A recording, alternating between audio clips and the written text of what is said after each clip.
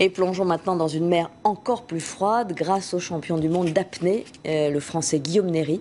Il est capable de descendre à plus de 100 mètres de profondeur. Nous l'avons suivi en Finlande lors de sa préparation sous un lac gelé. Un reportage impressionnant signé Pierre-François Lemonnier, Pascal Marcelin et Loris Freeman.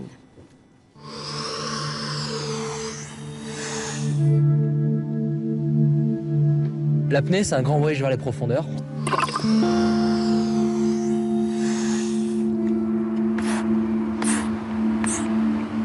Mais avant tout, c'est un voyage à l'intérieur de son corps.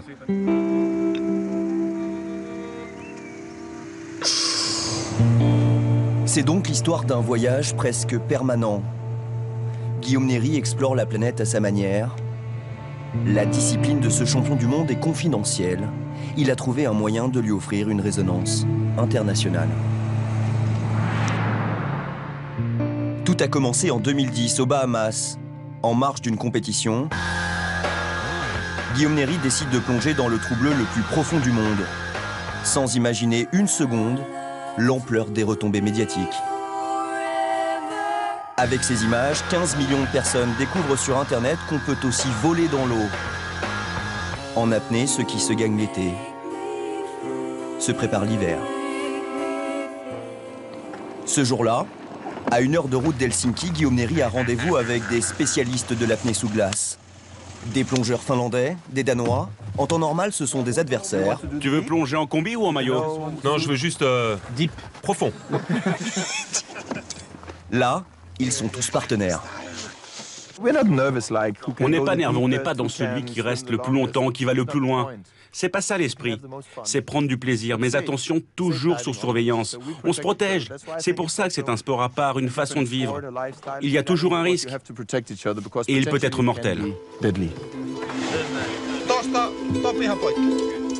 Le plus grand lac finlandais, 300 km², rien que pour eux. Un immense terrain de jeu qu'il faut encore aménager. Cela fait partie de l'aventure.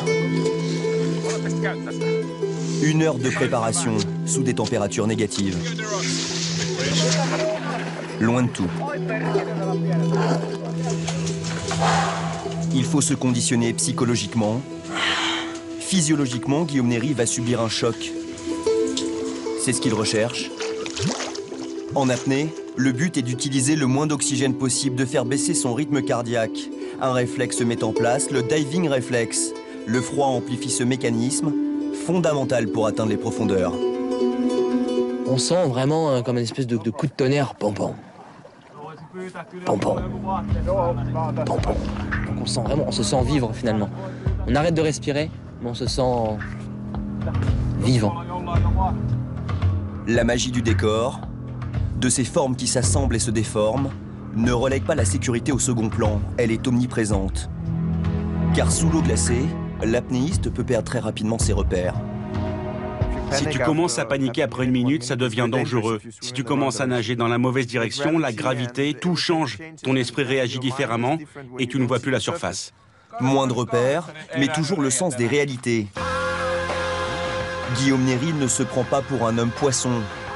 Il a beau plonger à 117 mètres, l'équivalent d'une tour de 30 étages, il ne se considère que comme un visiteur des profondeurs. J'ai parfaitement conscience que je suis un terrien et j'ai la chance d'avoir des capacités pour pouvoir profiter d'un moment qui est bien fini. C'est pas un moment qui est infini, c'est un moment qui est fini.